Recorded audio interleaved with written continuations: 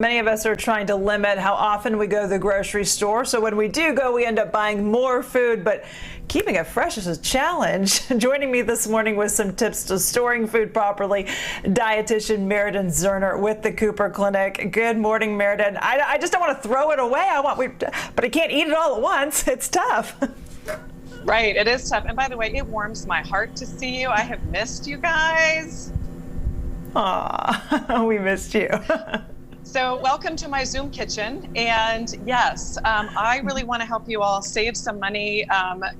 Budget is critical right now. And so there's some fun sort of tips and tricks in terms of the produce, your fruits and vegetables are about 40% of our food waste, right? And so that's where we're losing a lot of money and a lot of immune building health, right? That's important too. So a lot of our fruits and vegetables actually give off a gas called ethylene, completely normal, but it does speed up the ripening process. So in particular, apples and bananas, right? They give off a lot of ethylene. So you actually want to store these separate from your other fruits and vegetables, unless it's intentional, unless you're really trying to ripen that tomato. By the way, the tomato and the avocado also have a really high ethylene gas production. So again, you may want to separate these. As soon as your avocados become a little bit more ripe, then you put them in the fridge if you want to extend their shelf life. Citrus. So that can be stored on the shelf or really on your countertop, if you will. If it looks like it's starting to go by, peel it, and then you can pop these little guys in a Ziploc in the freezer and then use the little frozen bits of oranges like an ice cube. It's super festive, maybe sangria. I don't know what you're drinking in your driveway. Could be fun, right? Yeah. When you think about greens and whatnot, if you can take the greens off, let's say you washed them, maybe you washed too many.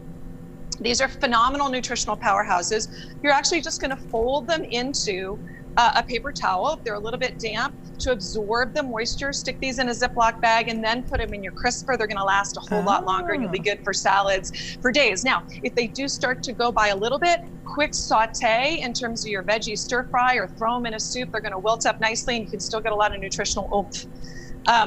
When I'm finding these berries, right, blueberries, strawberries, if I happen to find them at like 99 cents, maybe there's a sale, these are my blueberries, I'm buying lots. I'm buying cartons, but they go bad quickly. So first, don't wash them ahead of time, right? Only wash them right before you're ready to eat them.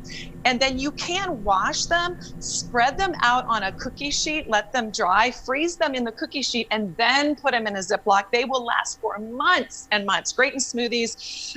The whole family gets more nutrition, right? These are my little herbs and spices. I actually have them put in a cup of water. It looks like a little flower pot, right? So put your herbs and spices in a little bit of water to refresh them and keep them viable. Your potatoes and your onions, these should be separate as well because the onion will inspire the potato to grow sprouts too soon, like prematurely. So we want to keep those separate as well. At the end of the day, things like meat, chicken, poultry, cheese, even milk can be frozen. So if I go to the warehouse store and I get the milk that's got like 3 cartons, I may not drink that all at once, but you can freeze it. Really, we want to get like a heavy duty freezer wrap, especially for the meats, and give it that second wrap to prevent freezer burn.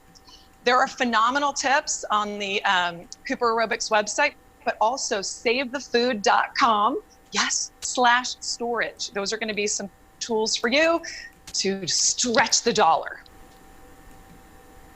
I love those. I also like your idea where if you take all your scraps and you put it like in a freezer container, like onions, celery, whatever scraps you have left, and then you can add those for like stir fry or to make stocks or something like that later. So that was a good idea too, because I'd probably just take what's left and toss it. So thank you very much for these tips. You will find a link to Cooper Clinic on our website, fox4news.com. Thank you, Meridan. Good to see you.